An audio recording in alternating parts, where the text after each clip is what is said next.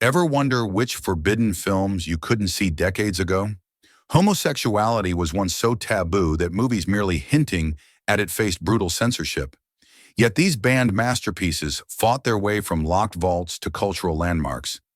Keep watching to discover which controversial classic was actually the first film to use the word homosexual on screen. Victim, 1961. Victim shattered cinematic taboos as the first English-language film to use the word homosexual. Dirk Bogarde, a closeted gay actor, risked everything to play Melville Farr, a successful lawyer being blackmailed for his attraction to men. The film's revolutionary stance challenged Britain's laws that criminalized homosexuality. The British Board of Film Censors initially rejected the script outright, demanding the removal of any reference to homosexuality. Director Basil Dearden refused to compromise, fighting back with a bold argument. This wasn't just entertainment, but a moral imperative. After months of battles, the film was released with an X certificate, restricting it to adults only. Critics were stunned by its boldness. The Daily Express called it a film with guts, while others condemned it as repulsive. American censors went further, banning it in several states and demanding 4 minutes of cuts before reluctantly giving it a limited release. Bogarde later revealed that studio executives begged him to reject the role, warning it would destroy his heartthrob image. "I knew exactly what I was doing," he wrote in his autobiography. His career as a romantic lead did indeed suffer, but the film became a powerful weapon in the fight to decriminalize homosexuality in Britain, which finally happened in 1967. Today, film historians credit Victim with changing more minds about gay rights than any parliamentary debate of its era. The British Film Institute ranks it among the most politically influential British films ever made, proving art can literally change laws when it dares to tell forbidden truths. The Children's Hour, 1961. The Children's Hour proved even Hollywood royalty couldn't escape the censor's scissors when addressing forbidden topics. Audrey Hepburn and Shirley MacLaine star as two women running a girls' school whose lives collapse when a manipulative student accuses them of being lovers. The whispers spread like wildfire, destroying reputations and revealing tragic truths. What's wild is this wasn't director William Wyler's first attempt at filming Lillian Hellman's play. His 1936 version, These Three, was forced to change the central accusation from lesbianism to a heterosexual affair because of the Hays Code. 25 years later, Wyler returned to tell the story properly, though still walking a tightrope with censors. Despite starring two of Hollywood's biggest names, the film was banned in numerous cities across America. Boston's infamous censorship board labeled it corrupt, while Chicago demanded significant cuts. Overseas, it was completely banned in several countries, including parts of Europe and across Asia. MacLaine later revealed that the set fell completely silent during filming of a pivotal scene where her character Martha admits her feelings. "No one knew how to talk about it," she said. Even the makeup artist turned away. The film's advertising carefully avoided mentioning the actual subject matter, using vague taglines about the lie that shocks. Critics praised the performances, but many danced around the central theme. The New York Times called it courageous, while carefully avoiding specifics about what that courage entailed. Today, film scholars celebrate the Children's Hour as a groundbreaking moment when Hollywood finally dared to acknowledge lesbian existence, even if it couldn't yet embrace it. Different from the Others, 1919. Different from the Others stands as the world's first pro-gay film, released a staggering 50 years before Stonewall in Weimar, Germany. Conrad Veidt starred as a violinist blackmailed for his homosexuality, with the film explicitly arguing against paragraph 175, the German law criminalizing gay men. This wasn't just boundary-pushing cinema, it was revolutionary activism on celluloid. The film's co-writer was Magnus Hirschfeld, the pioneering sexologist who founded the Institute for Sexual Science. Hirschfeld appears in the film delivering actual scientific lectures about homosexuality being natural and unchangeable.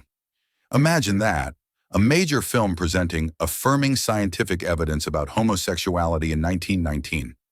Within a year of release, censorship laws banned the film entirely. When Nazis rose to power, they hunted down and burned nearly every copy, with Hirschfeld's institute being among their first targets.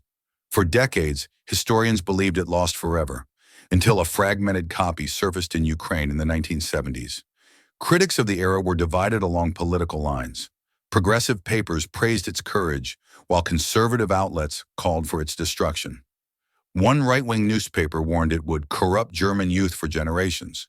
The film's star, Conrad Veidt, continued supporting gay rights throughout his career, even declaring "I am homosexual" on a Nazi questionnaire despite being heterosexual as an act of protest.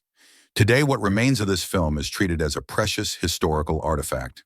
When a more complete version was discovered and restored in 2012, it premiered at major museums worldwide. Film historians now recognize it as arguably the most progressive portrayal of homosexuality created until the 1970s, a cinematic declaration of dignity that was silenced for nearly a century. Rope, 1948. Rope, Hitchcock's most daring experiment, hid its queer subtext in plain sight while pushing technical boundaries with its famous single-take approach. Based loosely on the Leopold and Loeb murder case, the film follows two young men who kill a friend to prove their intellectual superiority, then host a dinner party with the body hidden in the room. What censors missed, but audiences didn't, was the unmistakable suggestion that the killers were lovers. Hitchcock ingeniously evaded the Hays Code by never explicitly stating the characters' relationship. Instead, he filled the film with coded visual cues and double entendre that LGBT viewers immediately recognized. The characters share an apartment with a single bedroom. Their intimacy is expressed through lingering glances and domestic familiarity that heterosexual audiences might dismiss, but queer viewers couldn't miss. When submitted to censors, they demanded minimal changes, seemingly blind to the film's subtext. However, several state censorship boards caught on, with Ohio demanding significant cuts and religious groups calling for boycotts.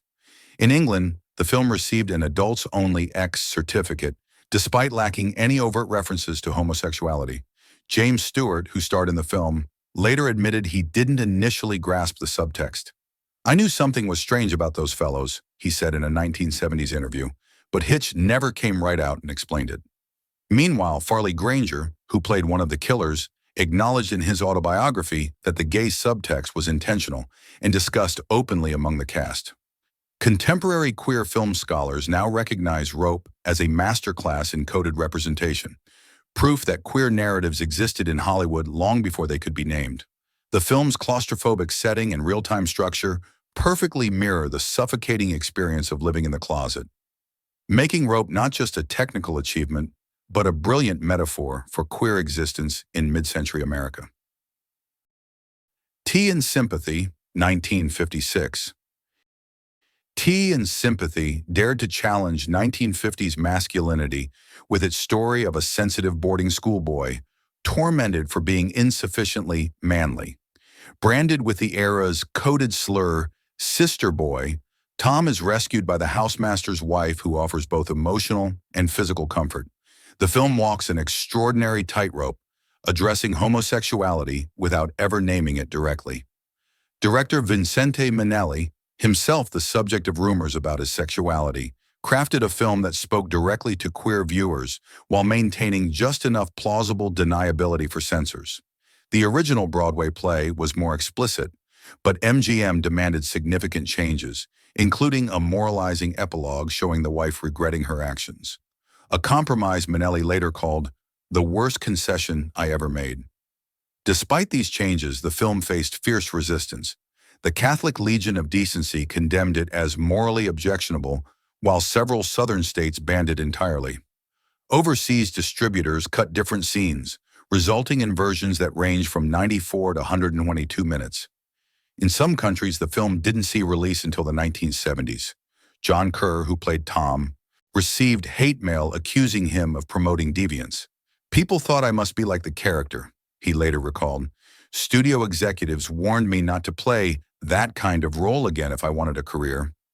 Deborah Kerr, no relation, who played the understanding wife, defended the film vigorously, calling it an important story about the cruelty of forcing people into boxes. Today, Tea and Sympathy is studied as a key text in queer cinema history, specifically for its portrayal of gender nonconformity. Its famous line, "When you speak of this in future years, and you will be kind," has become an anthem for compassion toward difference, resonating far beyond its original context to speak directly to generations of viewers who recognize their own struggles on screen. Suddenly last summer, 1959, Suddenly Last Summer took Tennessee Williams' most shocking play and somehow got it past censors despite themes so controversial that even today they raise eyebrows. Elizabeth Taylor plays Catherine, institutionalized after witnessing her cousin Sebastian's death while vacationing in Europe. His mother, played by Katharine Hepburn, wants Catherine lobotomized to silence her deranged account of how Sebastian used them both to attract young men. Director Joseph L. Mankiewicz and screenwriter Gore Vidal performed extraordinary narrative gymnastics to depict Sebastian's predatory homosexuality without explicitly naming it. In the film's most daring scene, Catherine describes how Sebastian was literally consumed by the young men he'd exploited, a cannibalism metaphor for queer desire so extreme that censors were too confused to cut it. The Catholic Legion of Decency originally condemned the film, but in an unprecedented move, producer Sam Spiegel arranged a private screening with New York's Cardinal Spellman. After intense negotiations, the Legion changed its rating to morally objectionable, still negative but not an outright condemnation, allowing the film to reach mainstream theaters.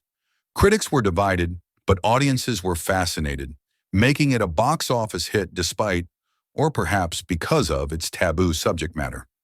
The New Yorker called it depraved, while Variety praised its unflinching courage. Both Elizabeth Taylor and Katharine Hepburn received Oscar nominations, lending prestigious validation to a film many wanted banned. Film scholar Parker Tyler later wrote that Suddenly Last Summer represents the most daring mainstream treatment of homosexuality disguised as something else. Its exotic locations, gothic atmosphere, and cannibal climax created a fever dream quality that allowed it to smuggle queer content past censors who couldn't quite grasp what they were seeing, an extraordinary feat in 1959 Hollywood. The Servant, 1963.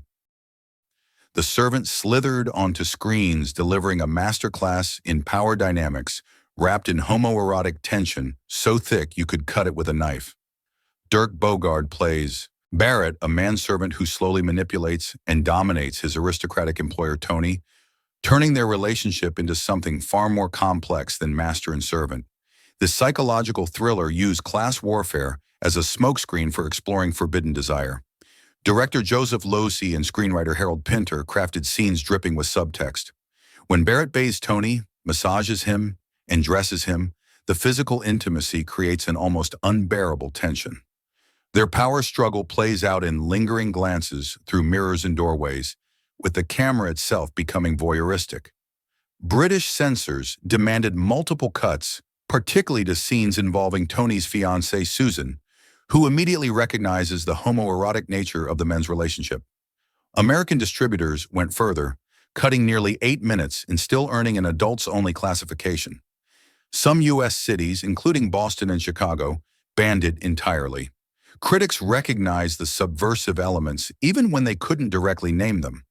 Pauline Kael called it displaced, while the British Film Bulletin vaguely referenced its unwholesome atmosphere.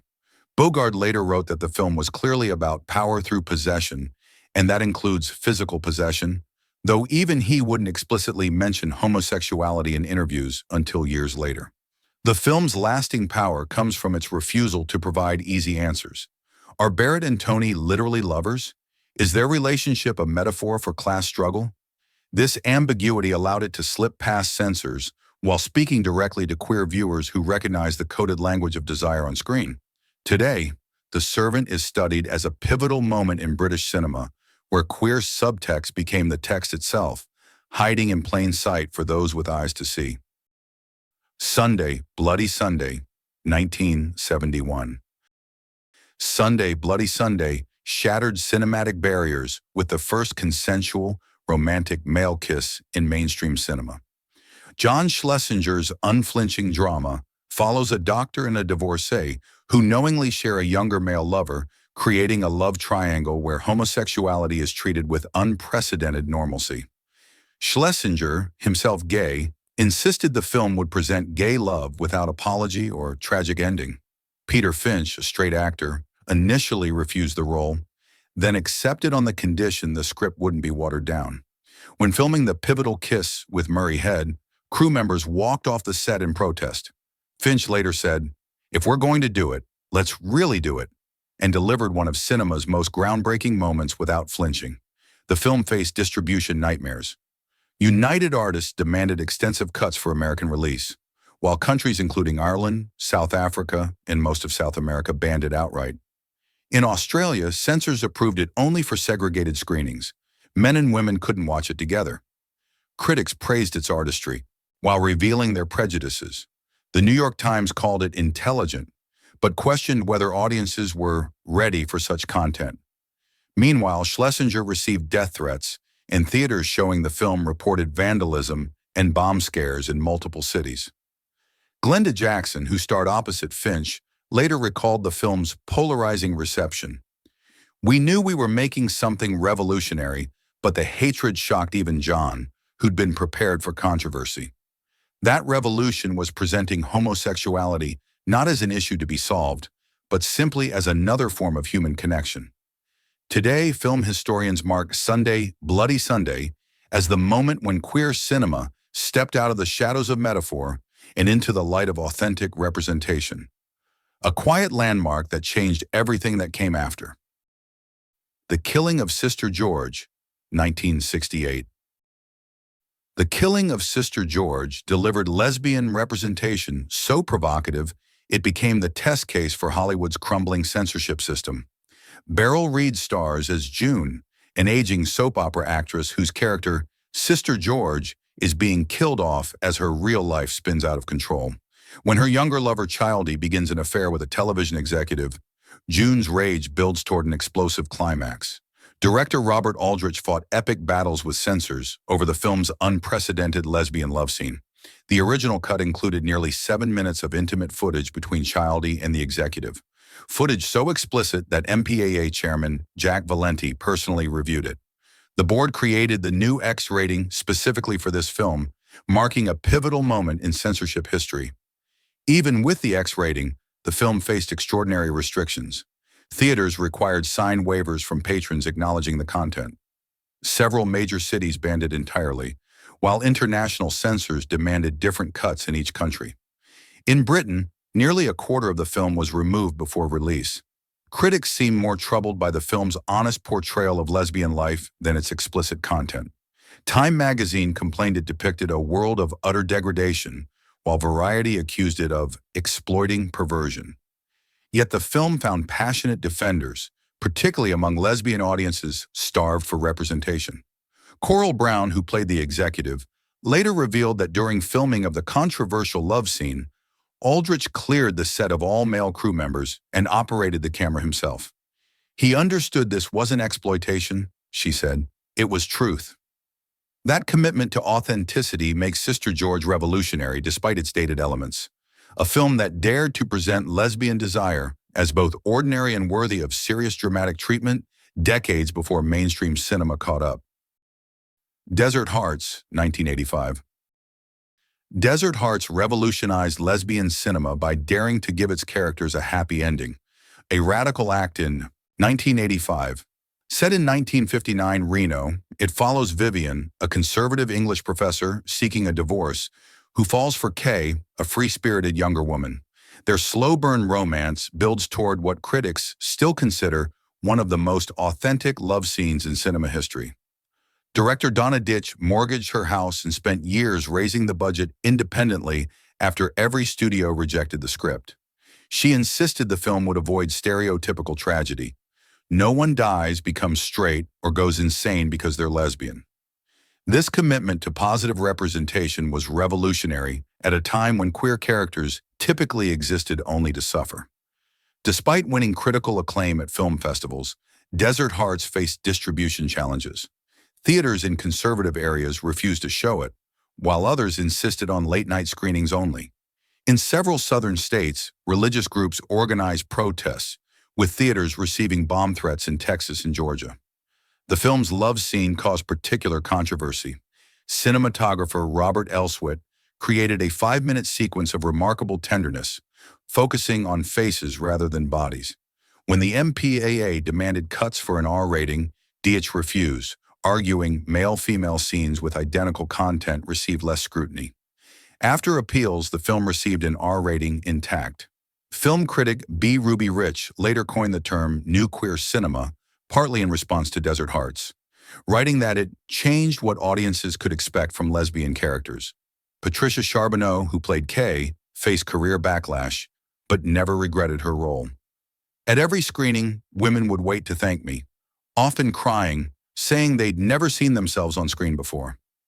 That revolutionary impact, showing lesbian love as joyful rather than tragic, makes Desert Hearts a landmark that helped reshape how queer stories would be told for generations. Fox and His Friends, 1975. Fox and His Friends delivered the most scathing critique of gay culture ever made by an openly gay filmmaker.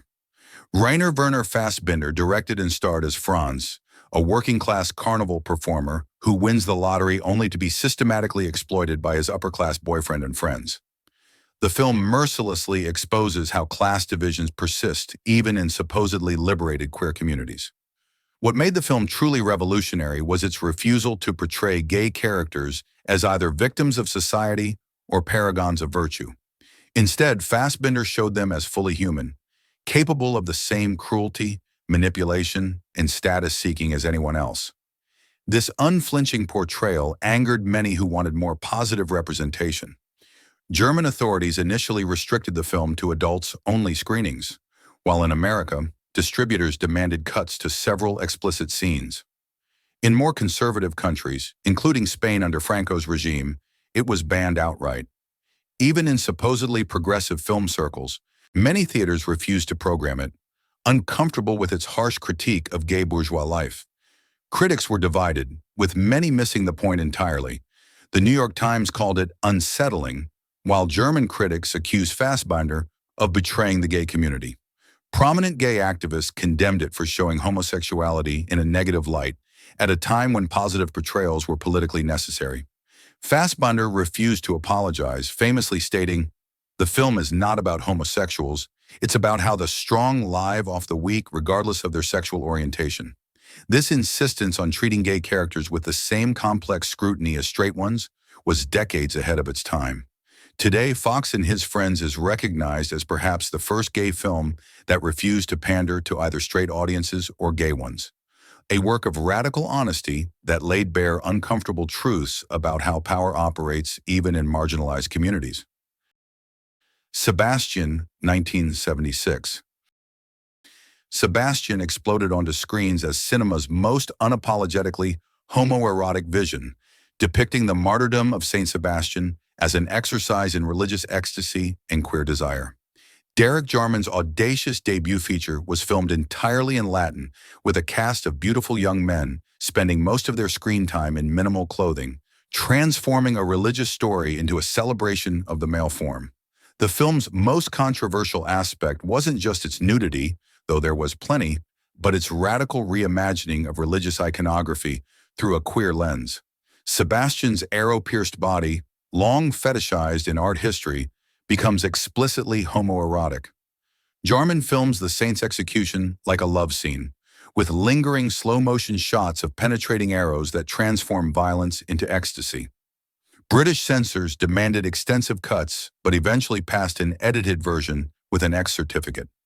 Several countries, including Ireland and Italy, where religious authorities were particularly outraged, banned it completely. When London's Gate Cinema showed the uncut version, police raided the theater and confiscated the print. Critics were scandalized yet fascinated. Prominent film journals praised its visual beauty while condemning its blasphemous approach. Religious groups organized protests, with one Catholic organization calling it the most direct attack on Christian values ever filmed. Meanwhile, gay publications celebrated it as a reclaiming of religious imagery that had always contained homoerotic elements. Jarman defended the film's explicit approach. "I wanted to confront the very imagery the church used to simultaneously celebrate and suppress male beauty. By filming dialogue entirely in vulgar Latin rather than classical Latin, Germain created a historical authenticity that made its queer content harder to dismiss as mere provocation. Today, Sebastiane is recognized as the starting point of a revolutionary queer cinema that would no longer hide in subtext, a defiant declaration that gay desire had been present throughout history, even in its most sacred stories. Tu Il Elle, 1974. Tu Il Elle demolished cinematic boundaries with Chantal Akerman's unflinching portrayal of a young woman's sexual journey. Akerman herself stars as Julie, who emerges from isolation to hitchhike with a male truck driver before ultimately reuniting with her female lover in one of cinema's longest, most explicit lesbian love scenes. The film's raw intimacy and experimental structure challenged every convention of how women's sexuality could be depicted on screen. What makes the film truly revolutionary is Akerman's gaze, a female director filming her own body in sexual situations, refusing both male voyeurism and commercial exploitation. The final lesbian scene lasts an unprecedented 20 minutes and is filmed in static, unblinking wide shots that force viewers to confront their own voyeuristic expectations. Censors were bewildered by the film's structure as much as its content. Many countries banned it outright, while others allowed screenings only in specialized art cinemas with adult ratings. In America, it received no commercial distribution, screening exclusively at museums and film festivals with warning notices about explicit content. Critics struggled to categorize work so radical, it created its own context. Many focused on its explicit nature while missing its formal innovations. Feminist critics were divided, with some praising its female authorship, while others questioned whether filming real sex acts could ever escape exploitation dynamics. Akerman consistently refused to label the film as specifically lesbian, insisting, "It's not about categories, it's about desire." This rejection of identity politics while creating undeniably queer content made the film even more challenging for audiences. Today, Tu Il Elle is recognized as a pivotal moment when female sexuality escaped both patriarchal and commercial framing, creating space for desire that didn't perform for a male audience. A quiet revolution that influenced generations of filmmakers seeking authentic representations of women's experiences. Fire, 1996. Fire ignited actual riots across India as the first mainstream Indian film to depict a lesbian relationship. Deepa Mehta's groundbreaking drama follows two unhappily married women who find comfort and eventually passion with each other while their husbands pursue their own interests. The film's radical power came from placing this forbidden love story within traditional Indian family structures. When Fire premiered in India in 1998 after international acclaim, Hindu nationalist groups attacked theaters, smashing windows and burning posters. In Mumbai, demonstrators forced the evacuation of viewers midway through screenings. The government briefly suspended all showings, and when the film returned to theaters, it carried unprecedented security measures. The controversy reached the highest levels of Indian government, with politicians debating whether the film should be banned entirely. After extensive legal battles, Fire was eventually allowed to screen uncut with an adults-only certificate, but many theaters refused to show it despite the legal clearance. Critics internationally praised its courage, with the New York Times calling it revolutionary, but Indian reviews reflected deeper cultural tensions. Some celebrated its challenge to patriarchal structures, while others accused Mehta of imposing Western values on Indian traditions. Feminist groups organized counter-protests supporting the film, creating unprecedented public discussions about lesbian existence in India. Shabana Azmi, who played one of the leads, received death threats but defended the film vigorously. It's not about lesbianism, but about choices and the courage to break tradition. That framing proved prophetic. In 2018, India's Supreme Court struck down laws criminalizing homosexuality, with legal scholars citing cultural works including Fire as instrumental in changing public perception. A film that once caused riots became part of a legal and cultural revolution, proving that art can literally change laws when it dares to make the invisible visible. Personal Best, 1982. Personal Best broke every rule about how female athletes could be portrayed on screen. Robert Towne's drama about Olympic track hopefuls who become lovers featured unprecedented scenes of female strength, desire, and competitive drive. Mariel Hemingway and real-life pentathlete Patrice Donnelly star as athletes whose relationship evolves from rivalry to romance to a complex friendship that defies easy categorization. The film's most radical aspect was showing female bodies as powerful rather than merely decorative. Training sequences emphasize muscle, sweat, and determination instead of conventional beauty. When the women become lovers, their physical relationship emerges naturally from this athletic context, creating an entirely new visual language for female desire. American censors gave the film an R rating, but many theaters refused to show it despite its mainstream studio backing. International distribution faced even greater challenges, with several countries demanding extensive cuts to both the love scenes and the athletic sequences, revealing discomfort with female physical power in any form. Critics fixated on the film's nudity, while often missing its revolutionary portrayal of female athleticism. The Washington Post complained it fetishized women's sports, while Sports Illustrated praised its authentic portrayal of competitive drive. Gay publications criticized the plot's eventual introduction of a male love interest, while feminist critics debated whether the male director's gaze undermined its progressive elements. Hemingway later revealed the production faced constant studio pressure to make the relationship less explicit and more experimental. Town refused, insisting, "These aren't confused women. They know exactly what they want."